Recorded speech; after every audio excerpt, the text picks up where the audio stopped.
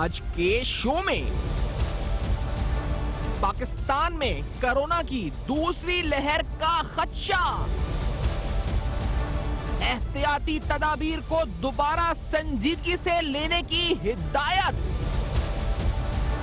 हुकूमत ने खतरे की घंटी बजा दी क्या, दोबारा लॉकडाउन।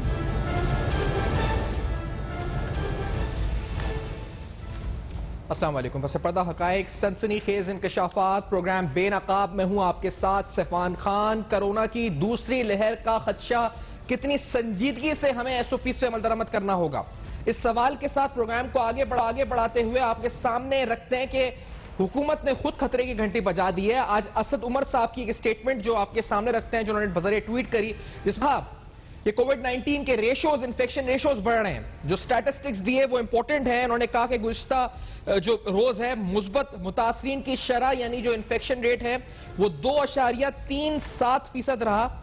ये तादाद 50 रोज बाद बुलंद तरीन सतह पर पहुंच गई है। पिछली बार ये सतह 23 अगस्त को देखी गई थी।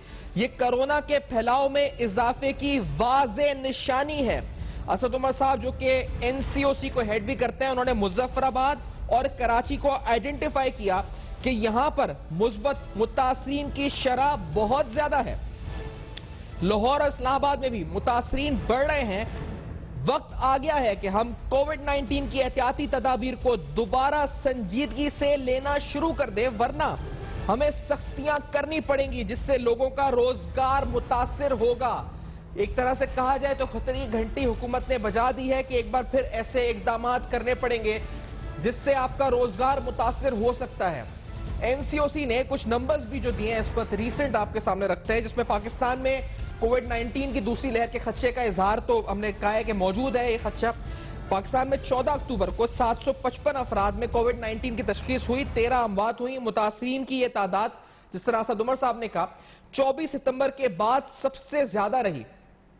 गुज़िश्ता दिनों के दौरान मुतासरीन में इजाफा देखा गया है। ये एनसीओसी ने नोट किया है। प्रोग्राम को बाकायदा आगाज करते हुए प्रोफेसर डॉक्टर सईद खान साहब जो कि इंचार्ज हैं कोविड टेस्टिंग दाओ ओजा कैंपस के प्रोग्राम में साथ हैं। डॉक्टर अशरफ निजामी साहब हमारे साथ मौजूद हैं, पीएमए लाहौर के सदर हैं। हमें अजमल बलोच साहब ज्वाइन कर रहे हैं, ऑल पाकिस्तान अंजुमन ताजरान के सरबराह सदर हैं, हमें ज्वाइन कर रहे हैं इस्लामाबाद में। और जनाब शौकत बसरा साहब पीटीआई के सीनियर रहनुमा प्रोग्राम में साथ मौजूद हैं। प्रोफेसर डॉक्टर सईद खान साहब, आपसे प्रोग्राम का आगाज करेंगे। सईद खान साहब, टेस्टिंग क्योंकि आप हेड करते हैं, मुझे बताइएगा कि क्या आप ट्रेंड्स देख रहे हैं दाव में? क्या टेस्टिंग इंक्रीज हुई है, लोग आ रहे हैं, मरीज ज्यादा आ रहे हैं, और आपको क्या खदशा लगता है दूसरी लहर का? डॉक्टर साहब जी, अस्सलाम वालेकुम। सबसे पहले तो आपका बहुत शुक्रिया कि आपने प्रोग्राम में मदऊ किया इस अहम मौजू पे। यकीनन जब हमने स्टार्ट किया था तो ये हमारे पास सैंपल शुरू में कम थे, फिर ज्यादा हो गए और जून में सबसे ज्यादा थे। फिर ये सितंबर के मिड तक सबसे कम नंबर हमारे पास आ रहे थे, लेकिन मिड ऑफ सितंबर से फिर इसमें थोड़ा सा इजाफा देखने में आया है। और करंट जो सिनारियो है उसमें इस तादाद में पहले की निस्बत से जो मिड ऑफ सितंबर से उसमें से अभी ये नंबर बढ़ रहे हैं थोड़ा से। तो यकीनन किस उम्र के लोग ज्यादा टेस्टिंग के लिए आ रहे हैं सईद खान साहब? यंग आ रहे हैं, ओल्ड आ रहे हैं, बच्चे?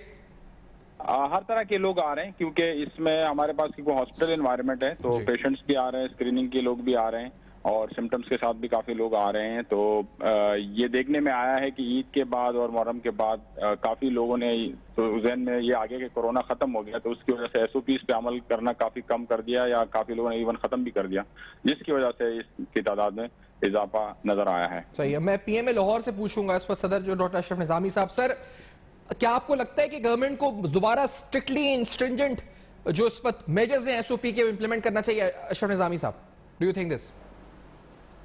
बहुत शुक्रिया खान जी। देखें, मैं अर्ज़ करता जाऊं कि देखें हमारे जो रवैये हैं ना वो हुकूमती हों, अवामी हों, मुआशरे के अंदर जो हों, हमारे एज आ मतलब कंसर्न मैं समझता हूं कि एज एसोसिएशन क्यों हों, ये रवैये हमारे बड़े अजीब से हैं। जब हमारे ऊपर कोई वबा आती है, वबा का ग्राफ बढ़ता है और हमारे कॉम्प्लिकेटेड केसेस आते हैं तो फिर हम समझते हैं कि ये चीज़ हमारे साथ आई है और हमें इसको एड्रेस करना चाहिए। वेयरएज मेरी गुजारिश ये है कि आपने भी नोट किया होगा कि जब पाकिस्तान मेडिकल एसोसिएशन है, मैं ज़ाती अपनी हैसियत के अंदर जो ये सारी चीज़ें कहता रहा कि देखें ये गई नहीं है। हमने फरवरी के अंदर एज पीएमए हुकूमत को ये कहा था कि it is going to be the COVID, और आपने देखा कि वहाँ आए, फिर वेंटिलेटर का इशू बन गया, यहाँ पे मास्क का इशू बन गया, हमारे यहाँ जो एक लिबास होता है लिबास का इशू बन गया कि चीज़ें जो वहाँ पे ऐसी नहीं थी। अभी भी आने की खातिर अभी ये जो मतलब जिसको लोग सेकंड वेव कहते हैं कि दुनिया के अंदर है, पाकिस्तान में है, वेयर एज हमने ये कहा है और मैं ये समझता हूँ कि हम तो पहली वेव से ही नहीं निकल पाए, लेकिन चूंकि हुकूमत ने एक ऐसा बयानिया नशर कर दिया कि जी दुनिया के 6 ममालिक हैं, जिन 6 ममालिक में से Pakistan is to be at the top, कि जिसने ये कहा है कि बड़ा बेहतर हो गया और हमने कोरोना के साथ सारी चीज़ें बड़ी अच्छी तरीके से टैकल कर ली। दुनिया अब हमसे सीख रही है कि how to deal with the कोविड-19।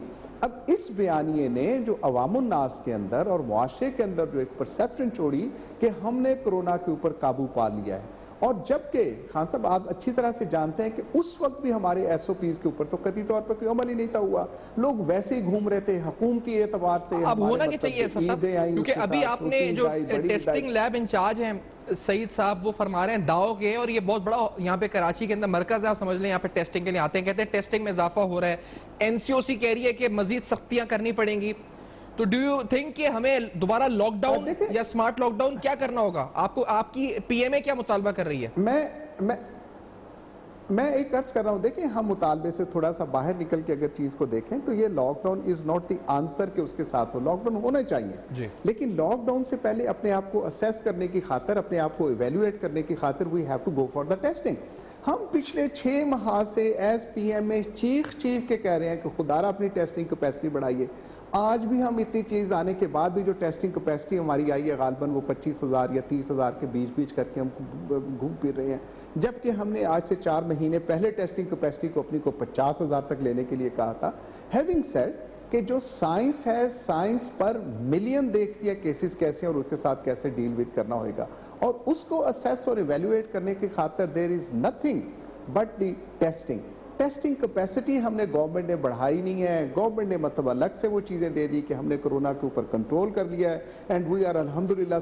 इसमें मैं अर्ज करूं कि आज कैटेगोरिकली ये चीज़ कहने कि lockdown, what type of lockdown और कैसी क्या चीज़ें होनेंगी, this has to be done only by the concern specialist. Concern जो लोग हैं, जो मेडिकल साइंस के लोग हैं, उन लोगों ने इसका फैसला करना है कि how to deal with it. हमारे यहाँ जो होता है कि एक मुआशियात के हम ले आते हैं जनाब, वो आके फैसला करेंगे, अवाम का हमें आ जाता है कि हमारी मईशत बड़ी ख़राब हो जाएगी। वज़ीर आज़म साहब ने बयानियाँ ये देना शुरू कर देते हैं कि लॉकडाउन करके इसको बंद कर दिया। आप लॉकडाउन के आप कह रहे हैं कि लॉकडाउन होना चाहिए, मेडिकल प्रोफेशन से पूछ के होना चाहिए। मैं अजमल बलोच साहब आपकी तरफ आना चाहूंगा। जो स्टेटमेंट आई है असद उमर साहब की, उन्होंने कहा कि वक्त आ गया है कि हम एहतियाती तदाबीर को दोबारा संजीदगी से लेना शुरू करें, वरना हमें सख्तियां करनी पड़ेंगी जिससे लोगों का रोजगार मुतासिर होगा। अजमल बलोच साहब, बड़ी मुश्किल से कारोबार दोबारा शुरू हुए हैं, इकोनॉमिक एक्टिविटी जनरेट हुई है, क्या आप लगते हैं हम तैयार हैं और हम सह सकते हैं एक और सख्तियां दोबारा?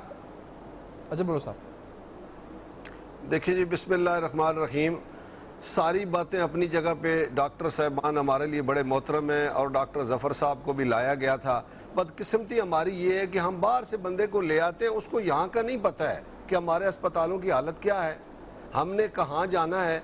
हमने कोरोना पे किसी साइंसी तरीके से काबू नहीं पाया है। मैं माजरत के साथ, मैं सारा दिन लोगों में होता हूँ, हमने कोरोना पे काबू पाया घर में रह के, हमने गुड़ खा के, हमने खजूर खा के, हमने कहवा पी के, हमने सना मक्की पी के उस पर काबू पा लिया। अस्पतालों की हालत ये थी कि जो शुरू में लोग गए वो इतने परेशान हुए, फिर अस्पतालों की खिड़कियों से भाग गए वो लोग। मतलब हमें क्यों ऐसी बातें बताई जाती हैं? 2% इसकी रेशो है, हमें मुसीबत में डाल दिया जाता है। खाने को हमारे को पैसे नहीं होते, दवाइयों के हमारे पास पैसे नहीं होते। ये कहते हैं आप टेस्ट करा लें, 6,000 रुपये का एक टेस्ट होता है, 7,000 रुपये का।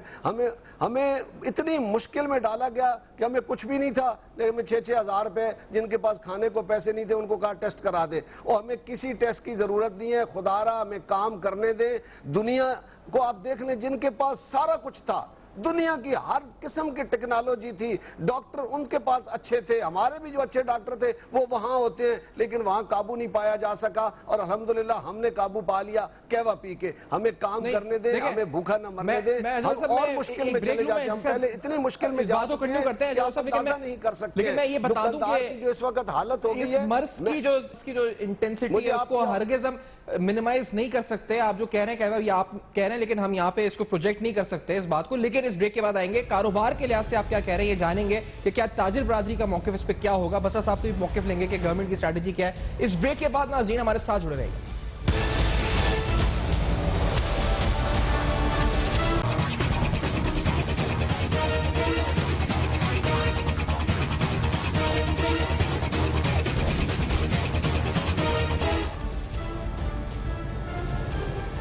Welcome back. आप देख रहे हैं बेनकाब, और आज बेनकाब में हम ये अहम सवाल उठा रहे हैं क्योंकि हुकूमत एक तरह से खबरदार कर रही है कि एक बार फिर ऐसी सख्ती हो सकती है कोरोना को रोकने के लिए, क्योंकि मरीज बढ़ रहे हैं, जिससे माशी तौर पर आपका रोजगार मुतासर हो सकता है। इस तरह के इकदाम शायद गवर्नमेंट उठाने का सोच रही है संजीदगी से।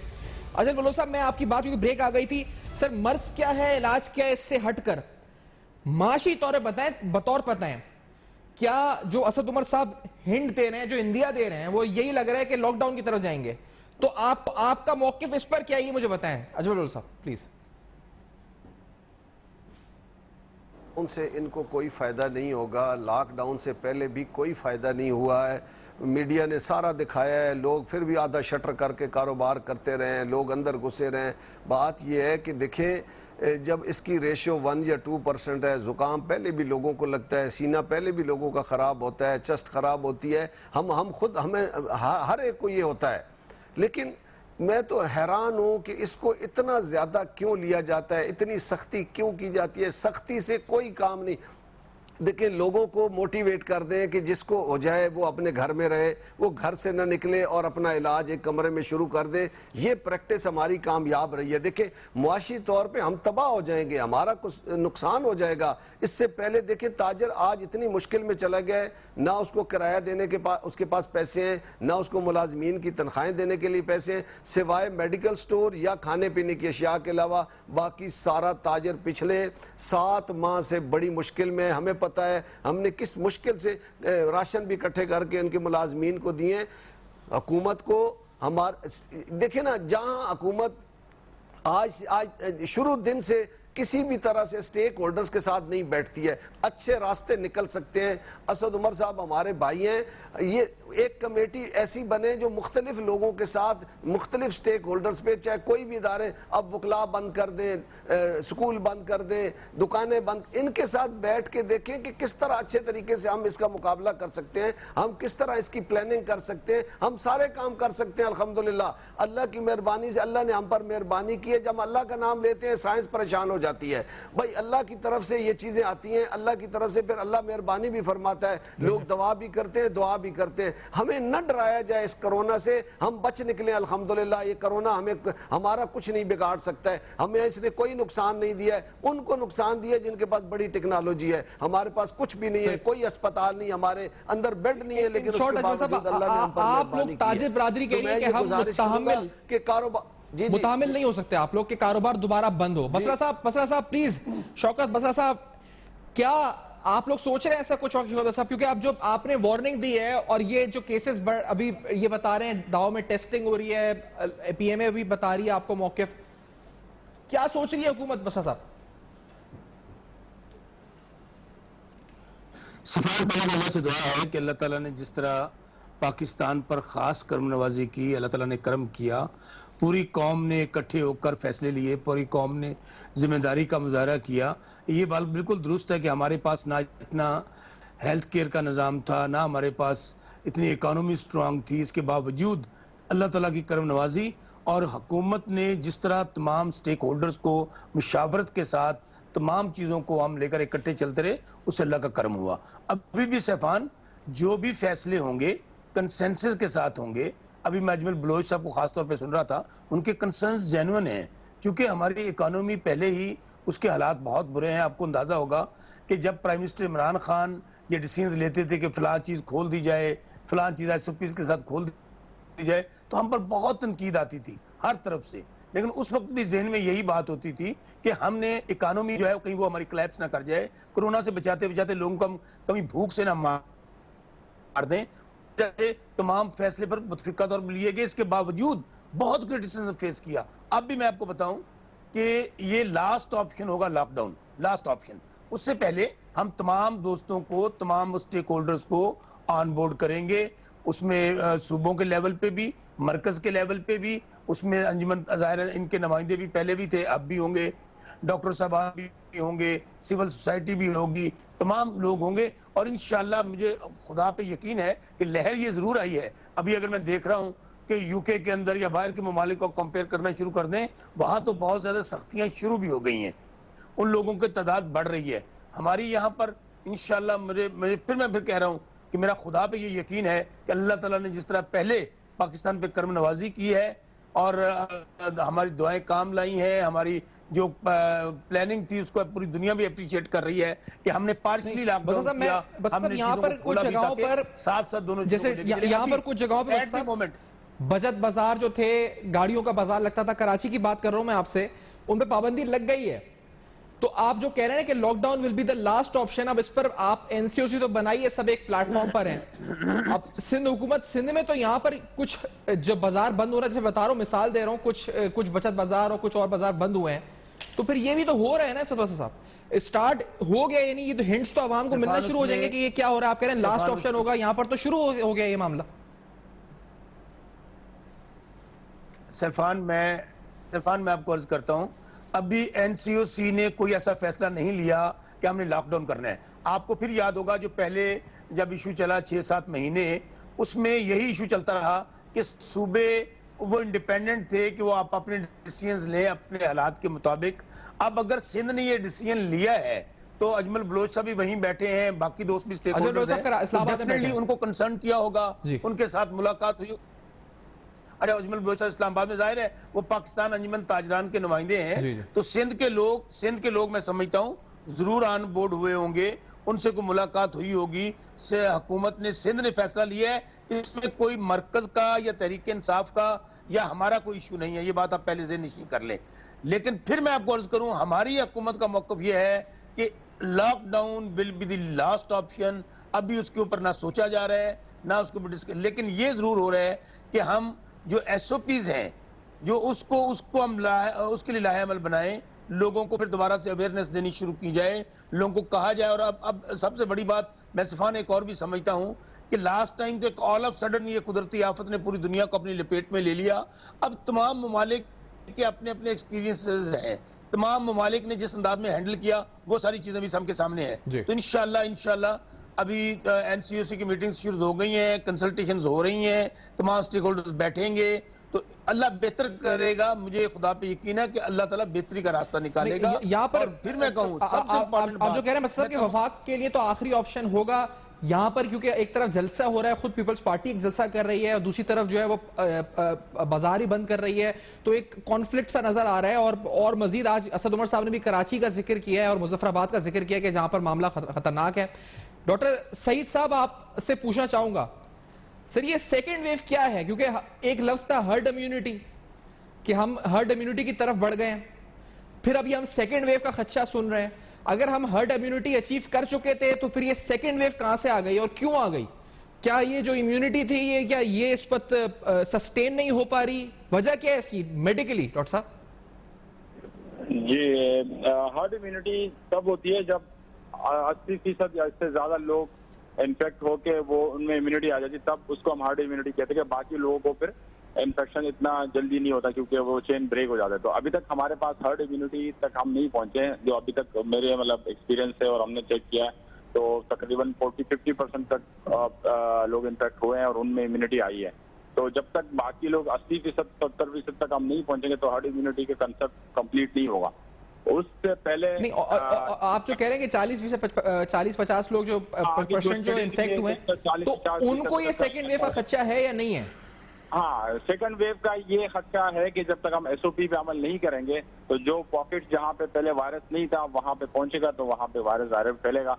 कोई नहीं चाहता कि कारोबार बंद हो, कुछ हो, लेकिन जब तक हम एसओपी पे अमल करेंगे तो जाहिर बात है वायरस नहीं फैलेगा और हमें इस चीज़ों की जरूरत नहीं पेश आएगी। लेकिन एसओपी पे अमल करना जरूरत है, जो लाजमी है। जिस तरह हमने पहले किया, काफी लोगों की इसमें इन्वॉल्वमेंट हुई, मीडिया ने बहुत अहम रोल प्ले किया, डॉक्टर पैरामेडिक सब लोगों ने कंट्रीब्यूशन किया, तब जाके अल्लाह ने करम भी किया और सब लोगों के जो कंट्रीब्यूशन है वो भी शामिल हाल थी, तब जाके हम इस नतीजे पे पहुंचे कि हमने कंट्रोल किया। तो अभी भी हमें जरूर चाहिए कि हम SOPs पे अमल करें, लाजमी अमल करें, और जो हिदायत एक्सपर्ट्स दे रहे हैं उस पर अमल करें ताकि ये मजीद ना फैले। सही। अदरवाइज यही सवाल डॉक्टर अशरफ साहब से पूछूंगा, फिर हम ये भी जानेंगे कि कितने बाजार जो इस वक्त है या फिर सूरत तमाम सूबों की क्या है, जो मेजर्स लिए गए माइक्रो स्मार्ट के, वो क्या है जी माइक्रो स्मार्ट लॉकडाउन और कहां कहां हुआ है, ये आपको तफसीलात भी देंगे इस ब्रेक के बाद। बेनकाब में हमारे साथ जुड़े रहे।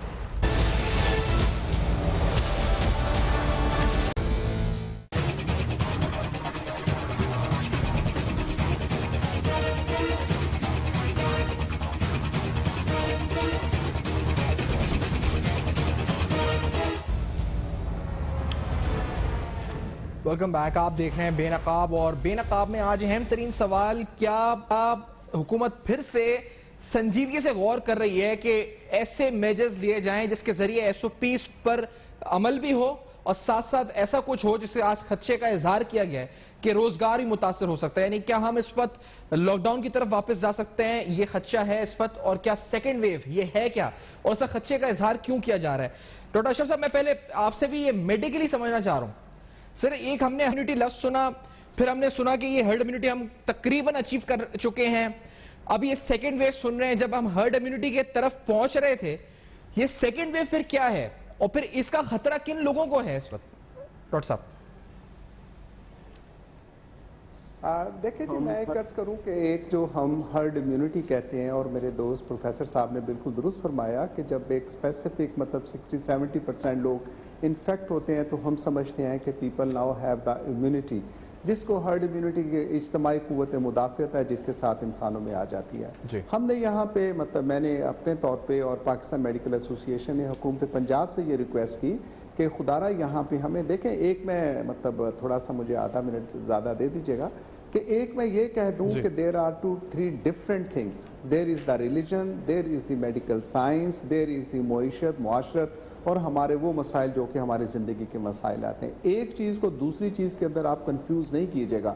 नो डाउट कि आप एक चीज़ को दूसरी चीज़ देखते हुए इग्नोर नहीं कर सकते, लेकिन ऐसा नहीं है कि आप उसमें करो। मैं एक ज़िम्नन आपसे शेयर कर दूं कि चाइना ने कंट्रोल कर लिया। चाइना तो ना खुदा को मानता है ना वो कुछ और चीज़ करते हैं, वेर एज़ के हमारे साथ अल्हम्दुलिल्लाह हम मुसलमान हैं। आपको पता है कि हज कैसे किया और कैसे वहाँ पे पाबंदियाँ लगी, आपको पता है कि खाना खुदा को कैसे करना पड़ा मजबूरी। ईरान हमसे ज़्यादा मुसलमान है, ज़्यादा मैं समझता हूँ मजहबी हैं, वहाँ पे कैसे और क्या ये मुसीबत आई। हमारे यहाँ अल्लाह ताला की ख़ास करम नवाजी रही है, मैं ये समझता हूँ, बावजूद इसके कि हम लोगों ने उस तरह से ना तो SOPs के ऊपर अमल किया, लेकिन परवरदिगार की मेहरबानी। और दूसरा मैं कहूँ कि लोग समझते हैं कि एसोसिएशन और डॉक्टर्स का कोई अमल दखल नहीं है।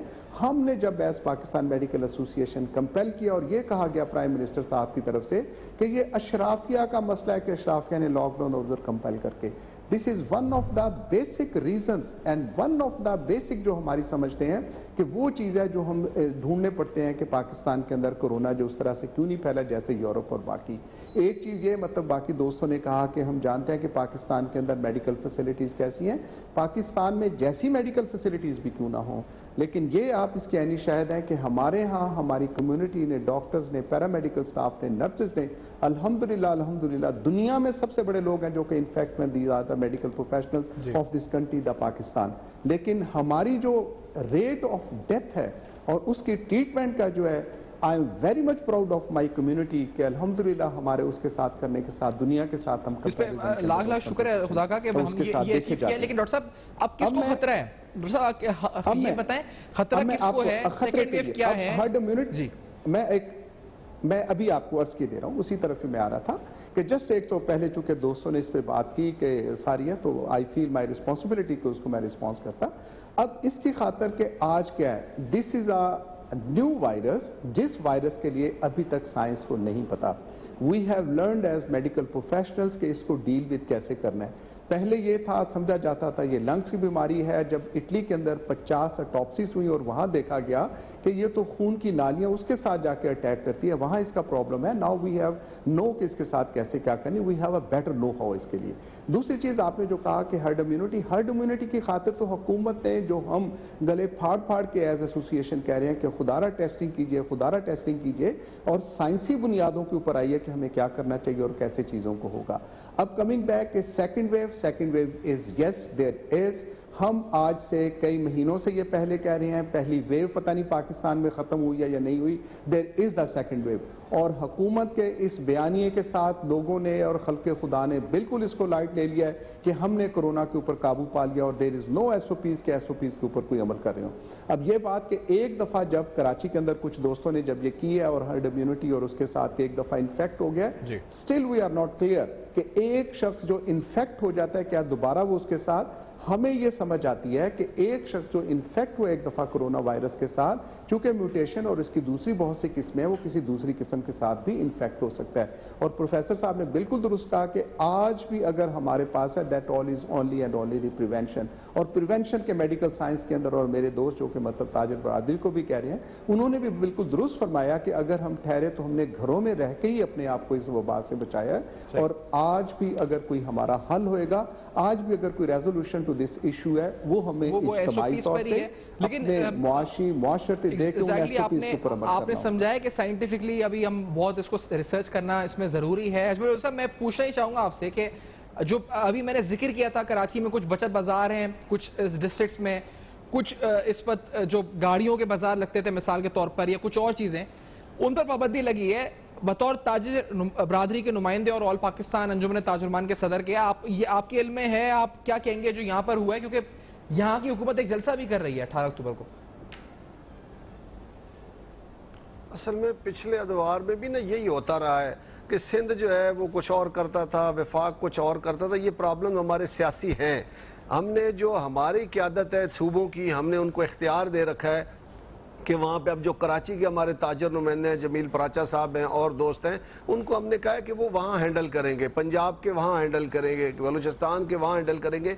लेकिन एक बात की मुझे शदीद मैं क्या कहूँ कि मुझे तहफ़्फ़ुज़ात हैं कि फेडरल गवर्नमेंट और सिंध गवर्नमेंट ये मेहरबानी करें, जब कोरोना की ये लहर आती है तो फिर ये सियासत शुरू हो जाती है। वो लॉकडाउन करते हैं, फिर ये करते हैं, फिर ये ख़त्म करते हैं, मतलब एक काम शुरू हो जाता है, एक ऐसी सियासत शुरू। अब देखें ना, आपने खुद कहा कि इतना बड़ा जलसा हो रहा है और वहाँ पे शोरूम पे पाबंदी लग गई है। आज भी मतलब लोग यहाँ पे बैठे हैं, आज भी इस्लामाबाद में एक जलसा हो रहा था। शोरूम पे नहीं, बचत बाजारों में पाबंदी लग गई है, कोई गाड़ियों का बाजार लगता था, दुकानदार को कहें उस पर पाबंदी लग गई है, तो भाई फिर जलसा क्यों हो रहा है? वही सिंध गवर्नमेंट ने पाबंदी लगाई है, फिर जलसा किस चक्कर में कर रहे हैं कि शोरूम, मतलब एक बंदा गाड़ी नहीं खरीद सकता, आप जलसा कर सकते हैं। ये बहुत बड़ी ज्यादती है, इनको अवाम देख रही है। ये हमारे साथ, मैं पहले पिछले प्रोग्रामों में भी जब कोरोना की लहर थी तो हम ये बात करते रहे कि यार खुदारा हम पर सियासत ना करें कि शोरूम या बाजार आप बंद कर देंगे, उनको कहेंगे आप SOP पे अमल दरामद करें, लेकिन जब आप जलसे करेंगे, जब आप जुलूस निकालेंगे, जब आप मजहबी जुलूस निकालेंगे, फिर आपको इसकी ज़रूरत नहीं होगी। तो ये कोई कमेटी ऐसी बननी चाहिए जहां पोजीशन के लोग भी हों, गवर्नमेंट के लोग भी हों, ताजर भी हों, डॉक्टर भी हों, वकील भी हों, वो बैठकर हर डिस्ट्रिक्ट लेवल पे इसका हल निकाल सकते हैं। देखें, हमें फिर लोग आम आदमी ये समझता है कि कोरोना तो कोई नहीं है भाई, अगर जलसा हो रहा है तो कोरोना नहीं है, एक मैरियट होटल में प्रोग्राम हो रहा है तो उधर कोरोना नहीं है। दुकानदार के पिछले दिनों भी 5 दुकानें अपारा में सील कर दी गई इस्लामाबाद में, और बाकी सारे प्रोग्राम हो रहे थे। तो मैं हैरान हो गया कि उन 5 दुकानदारों ने क्या SOP पे अमल दरामद करना था कि जो लोग बाहर से आए हुए हैं, जो जलसा कर रहे हैं, वो वहाँ खाना खा रहे हैं, आप दुकानदार की दुकानें बंद करके उस पर जुर्माना करें। ये वो चीज़ें जिनको ठीक करना है। और मैं एक ख़ास गुजारिश करना चाहता हूँ वज़ीर आज़म साहब से। देखें, आपके मुशीर हैं, आप बादशाहों की हिस्ट्री पढ़ लें। जब भी बादशाह किसी अपने मुशीर से मशवरा लेता था, अगर वो बादशाह की हाँ में हाँ मिलाता था तो अगले दिन चेंज हो जाता था। मुशीरों से मेरी गुजारिश है कि वज़ीर आज़म साहब को ग्राउंड रियलिटीज़ पे बात करें, उनको ये बताएं कि नीचे ये मसाइल हो सकते हैं। जैसे कुछ दिन पहले भी हमने प्रोग्राम किया कि टाइगर 4 से ये प्रॉब्लम आ सकते हैं, इस तरह भी प्रॉब्लम आ सकते हैं। आम आदमी समझ रहा है कि होती है, ये जो उन्होंने कहा कि सियासत का इस पर निशाना ना बनाएं, आप क्या कहेंगे? और ये एक पेज पर आना बड़ा जरूरी है, फेडरल को, प्रोविंसेस को, जो भी स्ट्रेटेजी है उसके ऊपर, ये किस तरह मुमकिन होगा? बस साहब, सफान पहले तो मैं डॉक्टर अशरफ साहब ने, निजामी साहब ने एक बात की, इसमें कतई दो राय नहीं है। डॉक्टर्स, पैरामेडिकल स्टाफ, नर्सेज हमारे हीरोज हैं। उन्होंने जिस मर्दाना वार, जिस जांफशानी के साथ जिस मेहनत के साथ उन्होंने काम किया कोरोना में, मैं पूरी कौम की जानिब से अपने उन डॉक्टर्स को, अपने बच्चों को खराज तहसीन पेश करता हूं। अच्छा, जहां तक बात की, अभी आप कह रहे हैं कि SOPs और एक पेज पे होना, देखिए मैं बार बार ये अर्ज कर रहा हूं, खा वो ताजर तबका है, खा वो हम सियासतदान हैं, खा डॉक्टर्स हैं, खा किसी माशरे के किसी भी सेगमेंट से हम तल्लुक रखते हैं, हम सब पाकिस्तानी हैं। हम सब ने एक दूसरे को बैकअप करना है, हमने इकट्ठे होकर, जिस तरह में, बिल्कुल ये बात दुरुस्त है।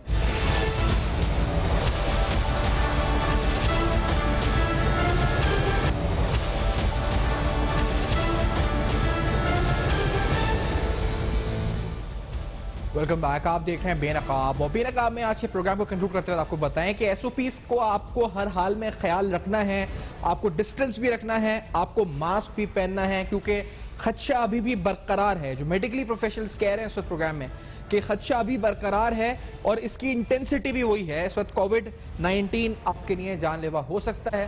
तमाम SOPs पे अमल दरामद करना है इस उम्मीद के साथ कि ये बात यहीं रुक जाएगी और ये लहर जो कहा जा रहा है, ये इन्फेक्शन रेशो ये ज्यादा नहीं बढ़ेगा। इस दुआ के साथ और इस उम्मीद के साथ आपका फीडबैक मौसूल होगा हमारे फेसबुक, ईमेल और ट्विटर जो आपके सामने फ्लैश कर रहे हैं। देखते रहिएगा।